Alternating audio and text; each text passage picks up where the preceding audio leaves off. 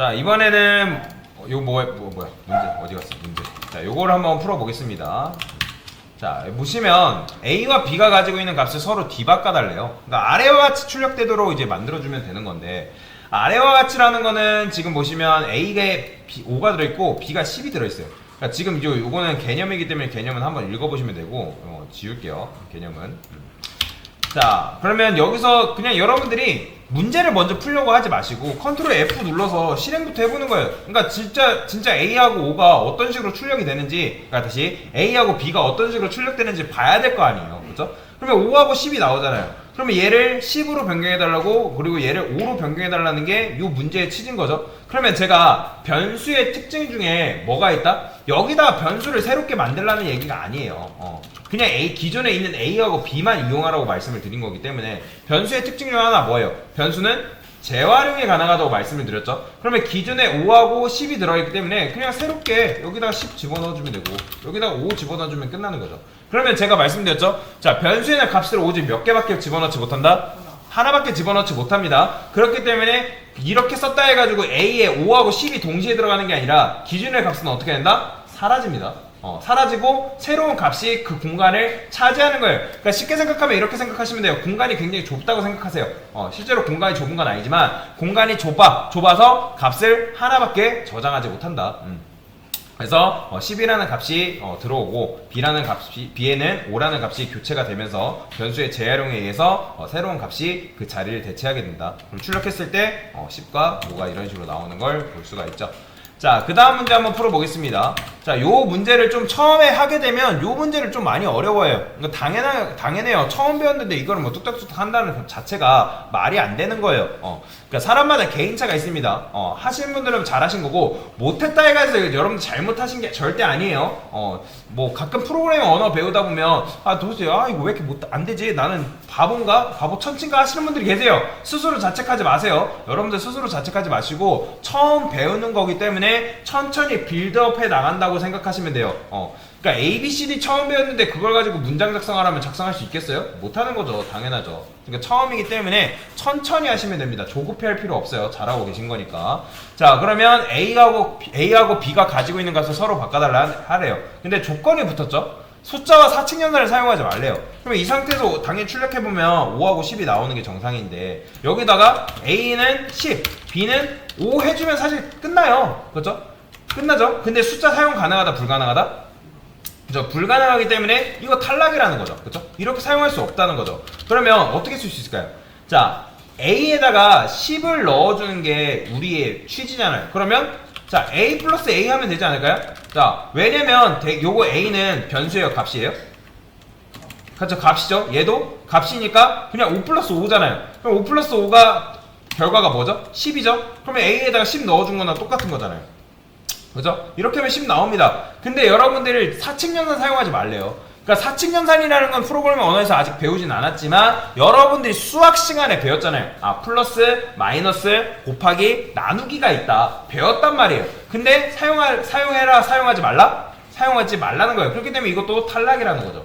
근데 제가 아까 저번에도 말씀드렸지만 여러분들이 뭘 기억하시면 되냐면 강사님이 대입연산자 기준으로 좌측에 있는 건 변수고 우측에 있는 건 값이라고 했으니까 여기다가 이거 주면 되지 않을까? 라고 생각하신 분들은 굉장히 잘하신 거예요. 왜요? 이거는 변수예요, 값이에요?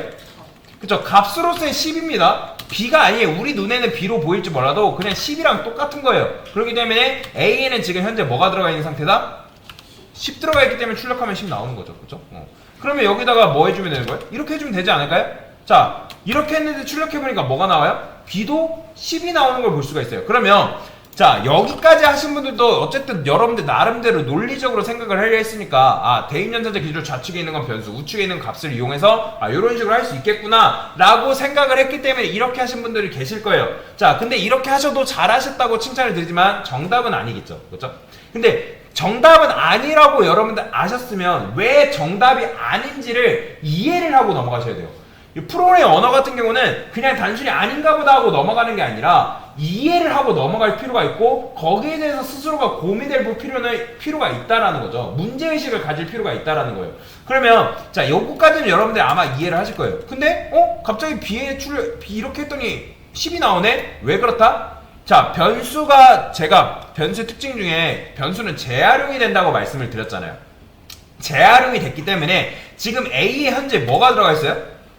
10 들어가 있잖아요. 왜냐면 B는 10이니까. 그러면 10이 들어가 있기 때문에 10번째 라인부터 A에는 지금 계속 뭐가 들어가 있는 거예요? 10 들어가 있잖아요. 그러면 이 11번째 이 A는 5예요? 10이에요? 10이랑 똑같은 거예요. 그렇죠? 그렇기 때문에 B에 지금 뭐가 들어가 있는 거다? 10이 들어가 있기 때문에 출력했을 때 이렇게 나오는 거예요. 그러면 어떻게 될까요? 자, 여러분들이 자, 변수는 제가 기본적으로 뭐다? 공간이라고 말씀을 드렸어요. 그러면 우리가 보통 중요한 데이터가 있다 해봅시다. 중요한 데이터. 그러면 중요한 데이터를 우리가 보통 어떻게 해요? 백업이라는 걸 하잖아요. 그러면 백업을 하려면 뭐가 필요하냐면 공간이라는 게 필요해요. 공간이 필요하죠? 그렇죠? 당연히 공간이 없으면 여러분들 백업 가능해요? 불가능해요? 가끔 제가 아이폰이나 뭐 삼성 갤럭시 같은 경우 자동으로 백업을 해주는데 데이터 없으면 백업 공간도 부족하다고 얘기한단 말이에요. 그렇죠? 그렇기 때문에 백업을 하려면 공간이라는 게 필요해요. 그러면 예를 들어서 뭐 우리가 저장하려면 하드디스크가 있고 뭐 USB가 있고 뭐 구글 드라이브가 있고 뭐 네이버 같은 경우는 엠박스라는 게 있잖아요. 그죠? 얘네들도 다 공통적인 특징이 공간이라는 거죠. 저장수는 쉽게 말해서 공간이라는 거죠. 그러면 공간을 생각을 했을 때 여러분들 바로바로 떠올라야 되는 게 바로 뭐다? 변수를 떠올라야겠죠. 그러니까 중요한 데이터를 저장하려면 프로그램 언어에서는 변수라는 게 필요하다는 거예요. 변수에 데이터를 저장할 수 있기 때문에. 그러면 자, 이 상태에서 A하고 B에는 새로운 데이터를 저장할 수 있어요? 없어요? 없어요. 그러니까 여기서는 그냥 B하고 A 하면 끝난단 말이에요. 우리가 새롭게 저장할 수 있는 공간이 없단 말이에요. 그러면 새롭게 저장할 수 있는 공간을 여러분들 스스로가 만들어내야겠죠. 저는 C라는 변수를 만들게요. 그 다음에 C라는 변수에다가 내가 중요하다 생각하는 A라는 값을 여기다가 저장을 해줄게요. A라는 값을 이렇게 저장을 했어요. 그러면 C에는 지금 뭐가 들어있는 거예요? 값이 뭐가 들어있죠? A가 뭐예요? 얘는 5잖아요. 5. 그쵸? 얘 변수가 아니라 값이잖아요. 5잖아요. 그쵸? 그러면 C에는 뭐가 들어있는 상태? 5가 들어가 있는 상태죠. 그쵸? 그러면 자, 지금 요거는 잘 되죠. 왜냐면 B는 10이기 때문에 A에 10 집어넣어 준 거잖아요. 그쵸? 그러니까 요거 이렇게 썼다 해가지고 A의 값이 변경되는 게 아니에요. A에는 지금 요 10번째 라인에서 A는 지금 5입니다. 자, 근데 여기서 변질이 된 거죠. A의 값이 B는 10이기 때문에 A에 10이라는 값이 들어가 있죠. 그러면 우리가 B라는 녀석한테 뭘 주면 되는 거예요? 그렇죠. A의 값을 품고 있는 C를 얘한테 주면 되겠죠. 그렇죠? 그러면 얘는 뭐예요? 변수예요? 값이에요? 값이기 때문에 5랑 똑같은 거죠. 자, 실행해볼까요?